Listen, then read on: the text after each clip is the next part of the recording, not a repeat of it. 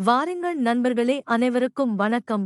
நானும் என் சித்தியின் மகனும் அண்ணன் உறவு கொண்டவரிடம் பஜனை செய்தது பற்றி கதையின் சுவாரஸ்யம் குறையாமல் இருக்க கடைசி வரை பார்க்கவும். சப்ஸ்கிரைப் செய்து வர இருக்கும் இன்பங்களை அனுபவிக்க தயாராக இருக்கவும்.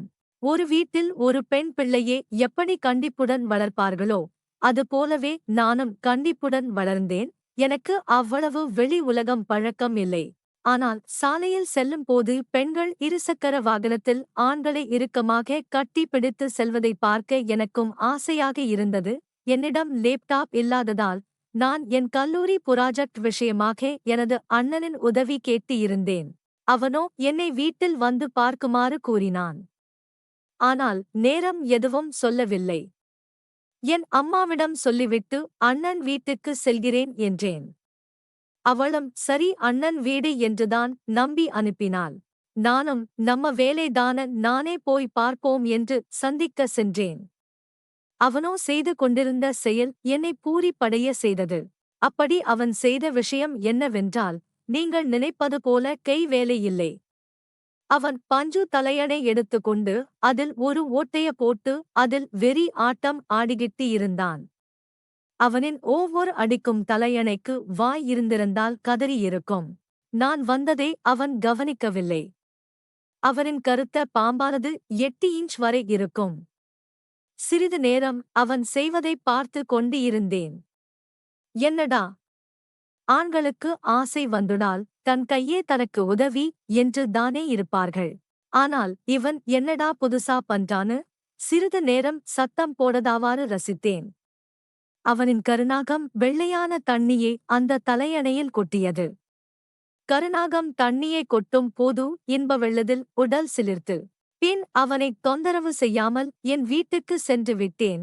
ஆனால் அவன் செய்தது என் கண் முன்னே ஓடிக்கொண்டு இருந்தது.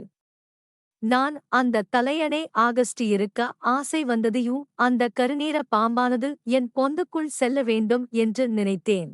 ஒரு 2, 3 நாட்கள் கழித்து அவனை பார்க்க சென்றேன்.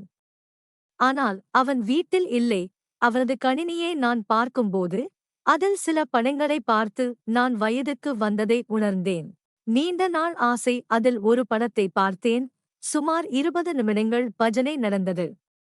அதை பார்த்ததுகே நாம் எப்போது பஜனை செய்வோம் என்று என்னுள் ஆவல் வந்தது. அந்த படத்தில் கிளைமேக்ஸ் காட்சி நெருங்கும்போது அதில் நடித்த பெண் மண்டியிட தயாரானார். அதற்குள் என் அண்ணன் வரும் சத்தம் கேட்டது. நான் நல்ல பிள்ளையாக கணினியை ஆப் செய்து வைத்தேன்.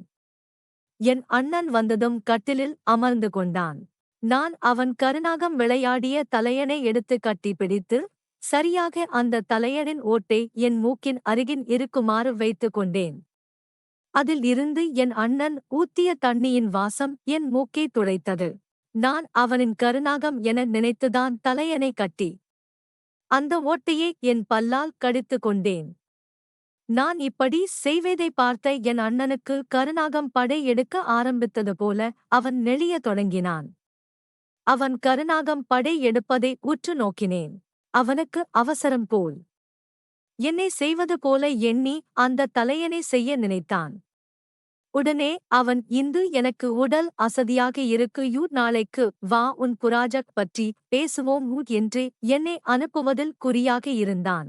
நானும் அவனுடைய அவஸ்தையை புரிந்து கொண்டு கிளம்பினேன். ஆனால் அவன் என்ன செய்கிறான் என்று என் மனம் அறிய எண்ணியது. நான் மீண்டும் அவனது வீட்டுக்கு திரும்பினேன். அவன் கணினியை ஆன் செய்தான். உடனே நான் பாதியில் பார்த்த படம் மீண்டும் ஓட ஆரம்பித்தது. அவன் மனதுக்குள் சந்தோஷம்தான், இந்து இதை பார்த்து கொண்டு இருந்தாள் என்று. நான் பார்த்த படத்தை பாதியில் இருந்து பார்க்க தொடங்கினான். உடனே தலையணை எடுத்து கருநாகம் விட்டு விட்டு விளையாட ஆரம்பித்தான். அவன் தலையணை ஓட்டை என ஏங்கி செய்ததும் நான் படம் பார்த்ததை அவனும் அறிந்து கொண்டோம். அவனது கருநாகம் என் வீட்டு பொந்துக்குள் வெள்ளை தண்ணியை வாங்க எண்ணியது. அவன் தலையணை சுண்ணாம்பு அடிக்க அருவியில் நீர் சுரக்க ஆரம்பித்தது. நான் சற்றும் தாமதிக்காமல் உடனே கதவை திறந்து உள்ளே சென்று விட்டேன். அவன் என்னை பார்த்து சிரித்தான். நானும் சிரித்து அவனை கருநாகத்தை வெளியே எடுக்க சொன்னேன். தலையணையில் இருந்து வெளியே உருவினான். சும்மா கருநாகம் நன்றாக படம் எடுத்து ஆடியது. அருகில் சென்று பாம்பை பிடித்தேன்.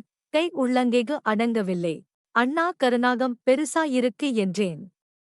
அவன் தலை குனிந்து என் முயலை பார்த்து ரசித்துக் கொண்டே முயல் காதை திருவினானன்.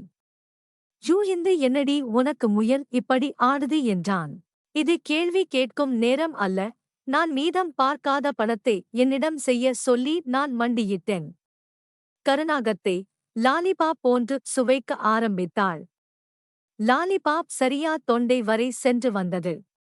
அண்ணன் லாலிபாப்பை நன்றாக உள்ளே வாங்க சொன்னான்.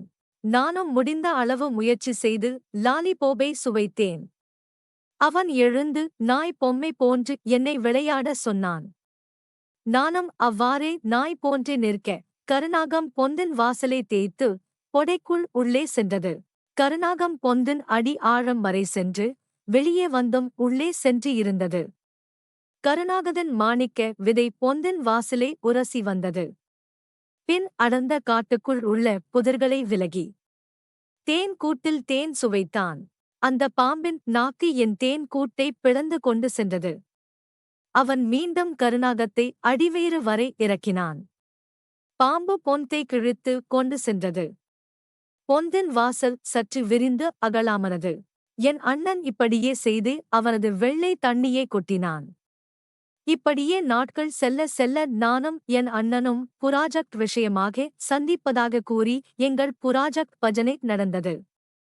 இது